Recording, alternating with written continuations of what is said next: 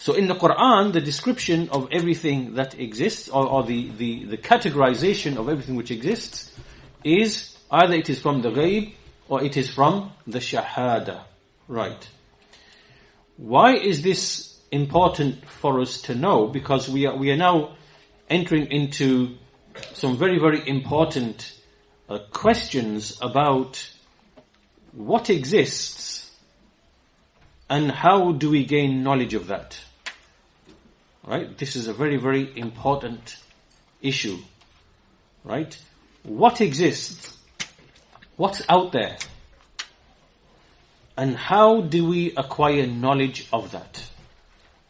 Right? These are two issues which many people of philosophy in the past and in the present, they speak about, and they made great mistakes.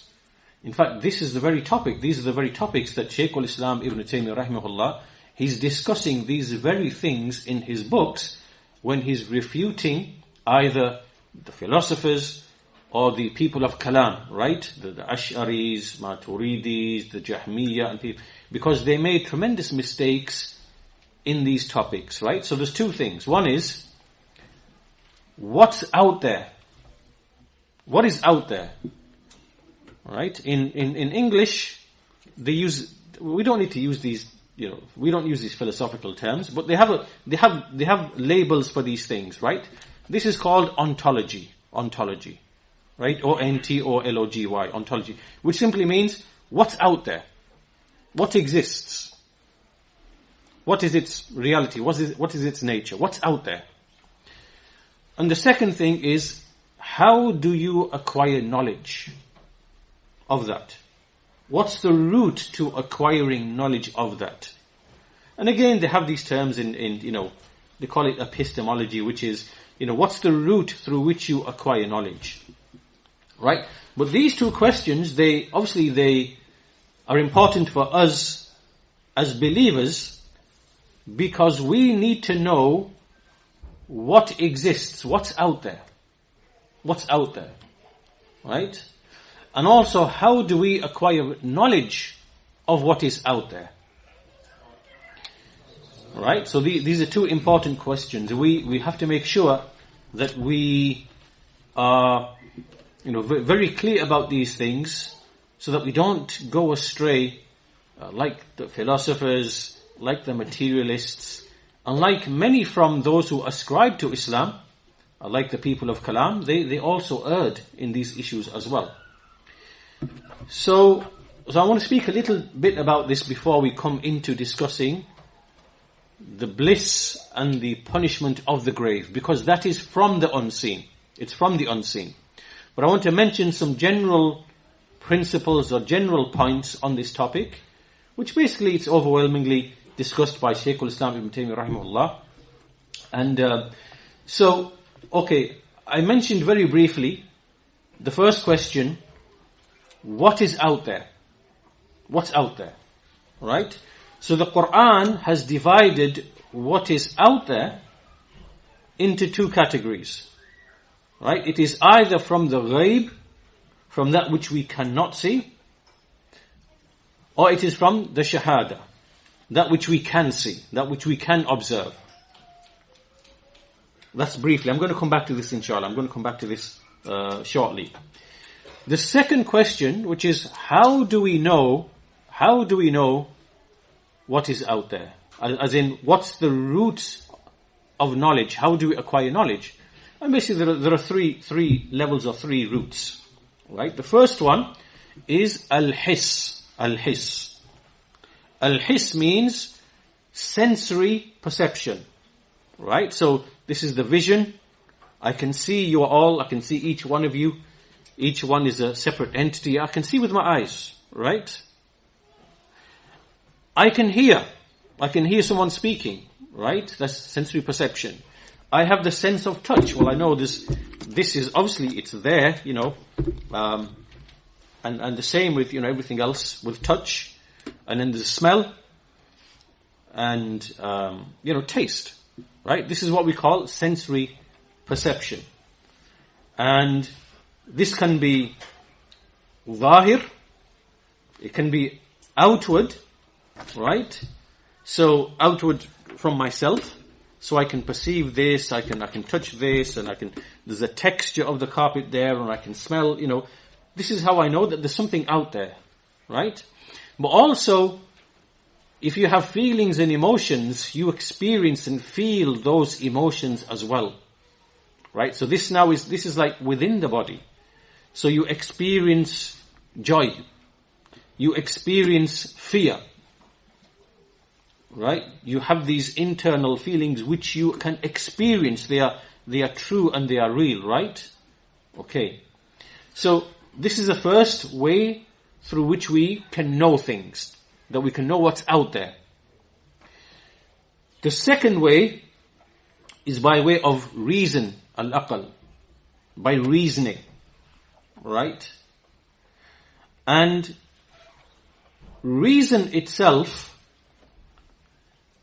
the reason, the aql that we have itself, it falls into two categories, right?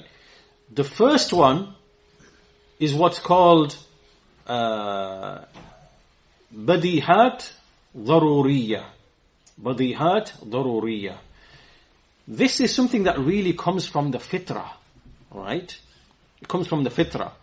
And it means like the most basic, elementary principles, which we know to be true, which we don't need to think about, but we know they are true, right? And these come from the fitrah. For example, I know that something can't be in two places at the same time. I know this bottle is here. I know it can't be outside.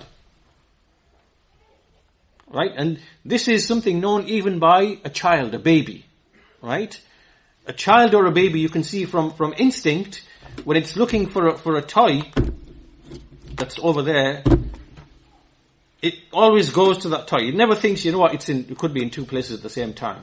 Because it instinctively knows that's not true. Right?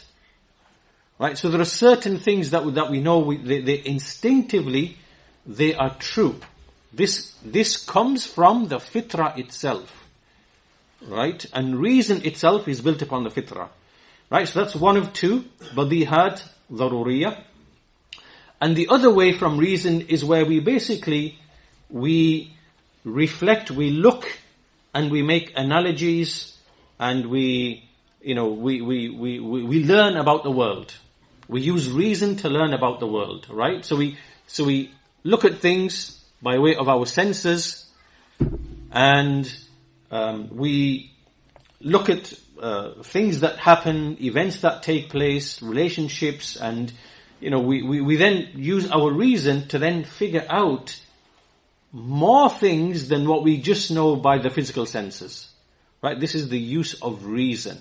This is what we call al-i'tibar bin-nazar wal-qiyas. Right? Meaning that we look, we make analogies, and we reflect, and then we acquire knowledge about the world around us. Right? Which is more than just what we through the vision of the eyes or of the hearing. Right? So this now is reason, aql. This is another route to gaining knowledge of what's out there. Right? So, let me give an example to illustrate this. Like, imagine you have a device, and you switch it on, and you point it to the carpet there, and it starts burning. Right? Now you know that you can't see whatever it is. We can't see anything. We can see that it started burning, and we can see that it correlates with whatever device it is, some laser or something like that. So therefore we know by reason that there's got to be something going on, right, between this and that's causing the fire. Right? Something has to be there. Right? So this is what I mean, that you have al-hiss first of all, then the second one is reason. The use of reason. And reason itself is of two types. The third way of acquiring knowledge is al-khabar. Al-khabar. The third route to knowledge is al-khabar, which is reports. Truthful reports. And this is something that the people of disbelief, that they would reject this. But truthful reports, a khabar, sadiq, is a true and valid route of knowledge. And this includes revelation from Allah Azza wa Jal.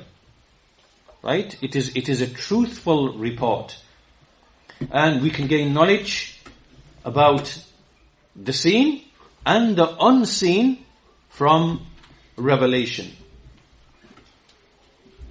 Right, so all of this is to do with how do we acquire knowledge of things. Very clear now, right? So now you have a basic framework. What's out there? What's out there? Tell me, what's out there? What are the two categories? Right, obviously there's things that come under each category, but there's al-ghaib, that we can't see, and there is ash-shahada, that we can see.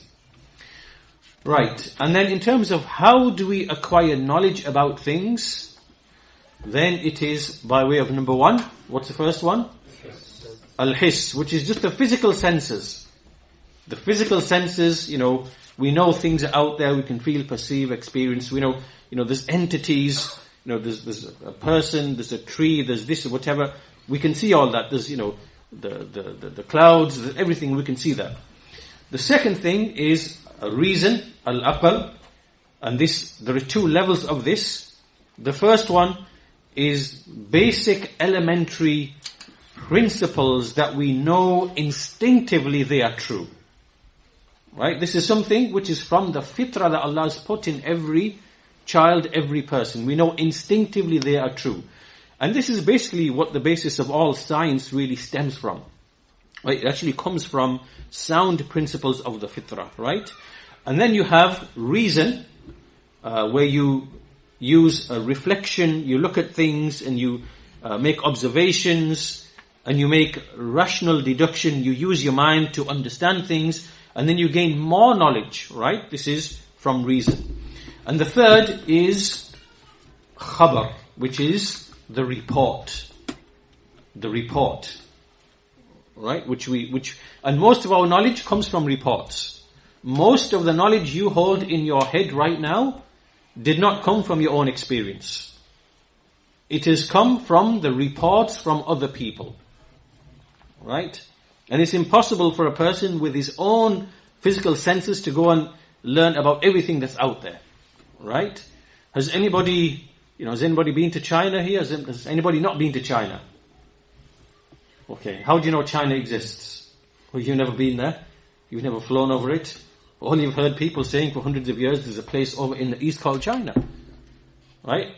And most of the knowledge you have has come through akhbar, through reports. Right? So these are the ways about how we know what's out there. Right? So the first question is, what's out there?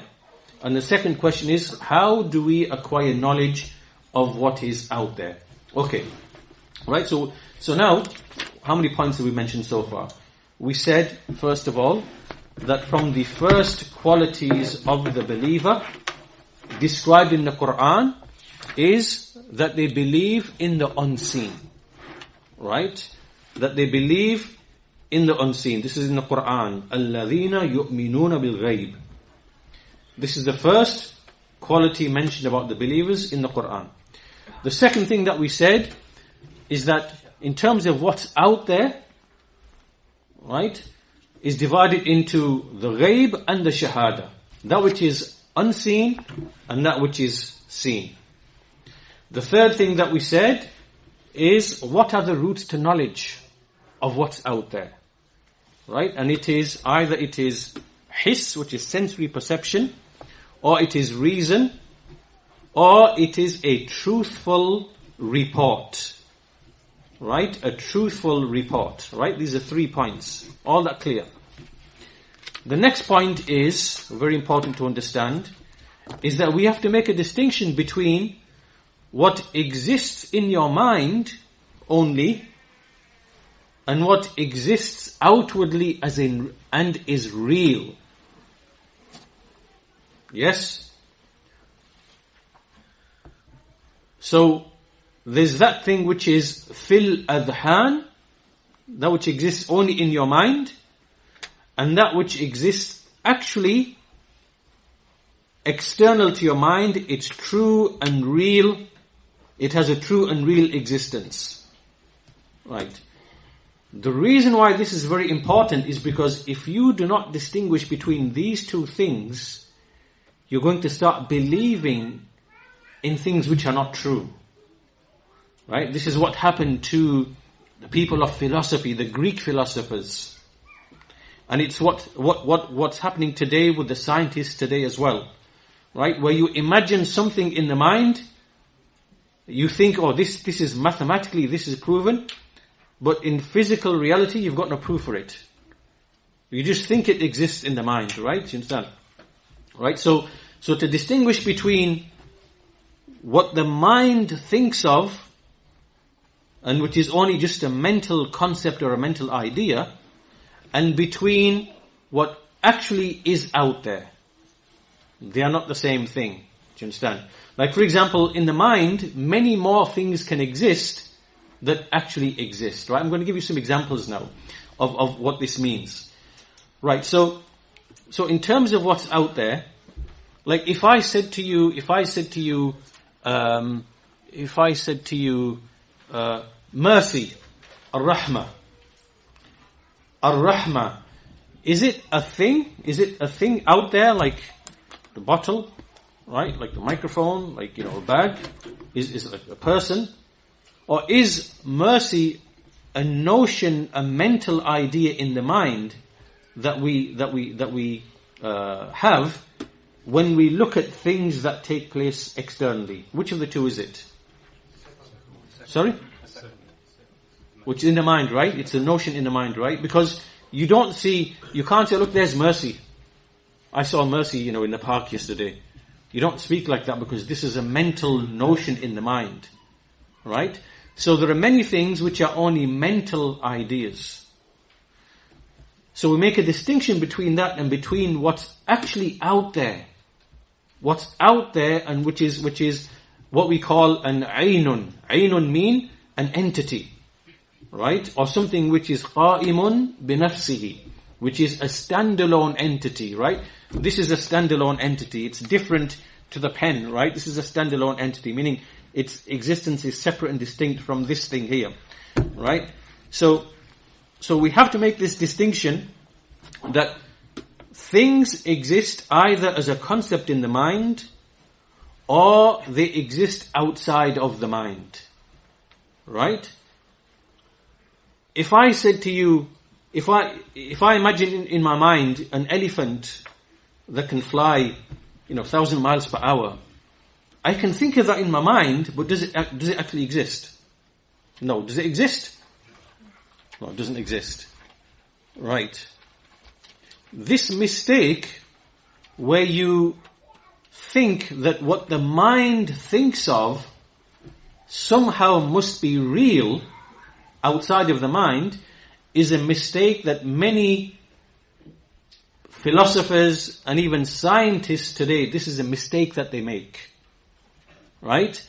And on the basis of that, they are led to tremendous errors, tremendous mistakes, by not distinguishing between what's in the mind only and what actually exists outside of the mind. Right? And this is one of the ways that the people of the atheism, materialism, scientists, philosophers today, they play this trick, right? Where whatever the mind tries to conceive or think of, and they do that in science, they do that in physics, they do that in many different sciences, and then they sometimes they themselves are mistaken. They don't realize that this is a mistake they are making, and other times they deliberately play these tricks to make you believe something that is not really true and out there. This happens a lot in physics, in particle physics and things like that. Right? They do equations on paper and they think, these equations tell us that there has to be a particle out there. This type of particle, whatever. They've got no knowledge, no evidence, no way to detect it, nothing at all. But it's just that, based upon the mathematics, they believe it must be out there. And then they go on a wild goose chase for, and spend billions of dollars, and they don't, find anything. Right? So this mistake of not distinguishing between what the mind thinks of and what's actually out there is very important to understand that difference, right? So we differentiate, point number 4, we differentiate between the mind, what it thinks, and what's actually true and real, what actually exists. Okay, so now we need to give some examples. Right, so from what's out there is the ghaib and the shahada. Right? I want you to give me examples of what is from the shahada. Huh? Huh? Yeah, like the heavens, the earth, the stars, the sun, the moon, the trees, the mountains, humans, right? All of these are things that we experience, we can see, and they are what we call perceptible. These are things which are perceptible, that you can perceive them with the senses, right? There are also some things which would be included in this category, because remember I said to you before that not only is the shahada like things outside of your body, but you yourself, you can feel your emotion of love, yes? You feel the emotion of fear, yes? You can feel and perceive it, you experience it, don't you, right? And you experience joy, and you experience apprehension. These things which are inside your body, joy, anger, things like that, these are also from the shahada, right? But this is a different category. It's not something that you see with your eyes. It's not something that you hear with your hearing. It's not something that you taste. It's not something that you touch, right? But this is an inner experience of the body that you know is true and real and exists, right? So, because there's a soul. So, from the shahada is you know that there's a soul inside of you, which animates your body, which gives life to your body, right? And also included in this category is Allah Azza wa Jal, not in the sense that we are seeing Allah Himself, but in the sense that we can see His handiwork, right? And inwardly in the fitrah we know that through the shahada that Allah Azza wa Jal, exists, although we can't actually see Him directly, right? So this is what we mean from the shahada, anything that's directly, observable. On the other hand, that which is from the ghaib, that which we can't see, right? This is anything that we cannot see in this world. It doesn't mean that it cannot be seen. It just means that we can't see in this world, right? So in this, examples of this would be Allah Azza wa Jal, we can't see Allah, paradise, hellfire. These things are actually true and real and they exist, right? How do we know this? From al-khabar, from a truthful report. And the angels and the jinn, we can't see the angels, we can't see the jinn. These are true and real beings and entities which exist. And they are made out of, we are made from clay and dust and the minerals therein, along with other things, water and other things. The angels are made of light, and the jinn are made of the smokeless part of the fire. But we can't really see them. We can't see them. It's not that they can't be seen. It's that in this life we are not able to see them. Right? And you also know that even amongst Allah's creation, there are some creatures that can hear things that we are unable to hear. That's true, isn't it? Yes, true. The dogs and things like that, they can hear things that we can't hear. Likewise, there are things that can smell things that we can't smell. And likewise, there are certain types of birds, for example, who have a type of vision. It's like a telescopic vision. They can see a prey from like miles away. We can't see that. Right? So even within this creation, in what Allah has created, what is ghaib is relative from creature to creature, and even person to person, right? Because the ghaib is relative. In this room, what's behind me in that room is from the ghaib, right? And likewise, what's over there in China is from the ghaib, because I can't see it. And likewise, paradise and hellfire, this is from the ghaib. It's all relative. So Allah Azza wa Jal is the alimul ghaibi wash-shahada. He is the knower of all of that, all of what exists. Alimul ghaibi wash-shahada. And so Allah knows all of that. But, obviously from our point of view, we can only see that which we are able to see. And as for those things that the ghaib is only temporary, right? It's only temporary. And there's a point beyond which all of the limitations in our seeing and hearing, they will be gone. This will be on Yawmul Qiyamah. Yawmul Qiyamah, or when you enter into the barzakh after death. After death. Right? The distinction between the ghaib and the shahada will be gone. And thereupon you will be able to see things, perceive things that you are not able to see and perceive now. In fact, even in the life of this world, there are examples of this. Like, for example, if you took an infrared light and you shine it on a surface, you can see things that you can't see with the vision of the eyes. Yes? This is an example in the life of this world. And so after death, and on Yawmul Qiyamah, there will be, and Allah knows best how, Allah will change and alter things, that where the ghaib will no longer be from the ghaib. Right? So we will be able to see things and perceive things that we were not able to see and perceive in the life of this world. Right? And this is when we will have ilmul yaqeen, or aynul yaqeen.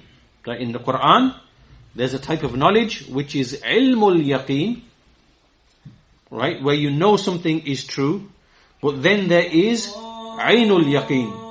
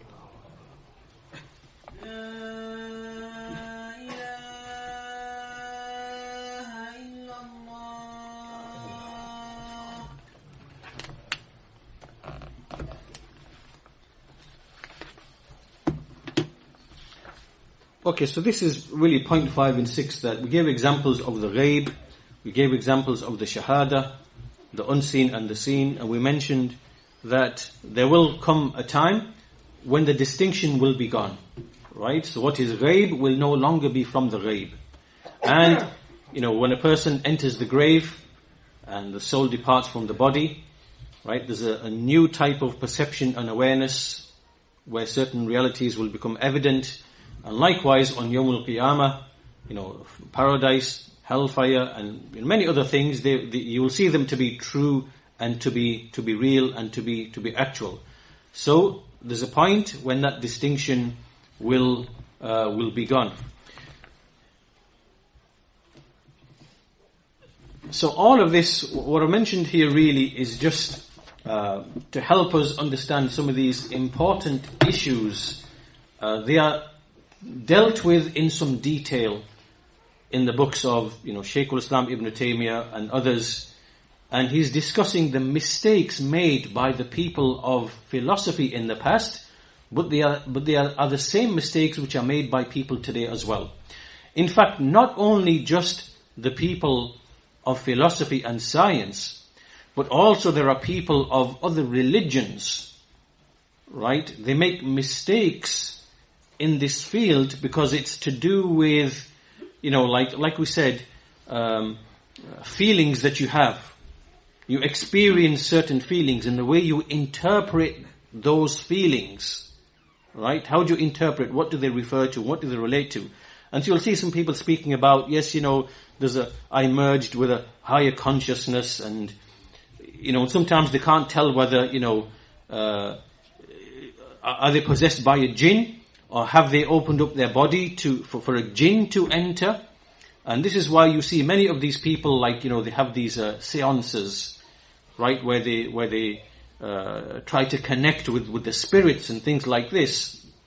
And so these shayateen, they play with their minds and they play with their feelings, and then they believe things which are not really true, right? And they start building ideas and concepts and even whole religions on the back of these experiences, right? So I want to just very briefly introduce some of these principles here, just so we put into context this topic that we are discussing about the grave and about the soul when it leaves the body, right? And what happens after death, right? So 6 points, just as a framework for now. The first description of the believers in the Quran, in the very second or third verse, is that they believe in the unseen. In fact, there is no person on this earth except that he believes in the unseen.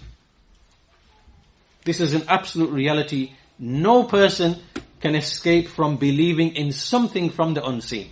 Right? Even the atheist, even nobody can escape this. Right? That they believe something they cannot prove with the senses. That's number one. Number two, the whole of existence is divided in the Quran into the ghaib and the shahada, the unseen and the seen, right? And all of this is relative. This is relative.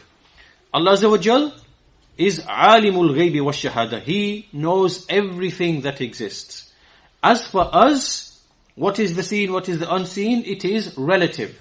We cannot see the jinn. We cannot see the angels. The jinn can see us, but there's some things that they cannot see, right? And likewise, there are animals that can see things that other animals cannot see. There are some animals that can, through sound, can see things that others cannot see. All of this varies. Allah has created different, entities and beings and give them different levels of the ability to see and perceive, right? So all of existence is either the ghaib or the shahada. Number 3, how do we acquire knowledge of that? 3 routes. Number 1 is al-hiss, by sensory perception. Number 2 is by reason, right? Elementary principles from the fitrah, and then just investigation and reason and deduction. And thirdly, it is al-khabar, which is the most important here, which is reports from other people. Most of our knowledge that we hold in our head has come through reports from other people, right? And that's a valid, correct, truthful source of information, so long as the transmission is reliable and true. 4th point, I said that it's important to distinguish between what the mind thinks of and what's actually out there physically. It's not the same thing, right? Because the mind can think of many ideas, concepts and things, some of which might be impossible, some of which don't even exist. but what's actually out there is something else. And fifthly, we said, or we gave examples of the ghaib and the shahada. And sixthly, we said that in the hereafter, or when a person dies, that distinction will be gone, and a person will be able to see more things than they are able to perceive in the life of this world, right? So from those things which enter into the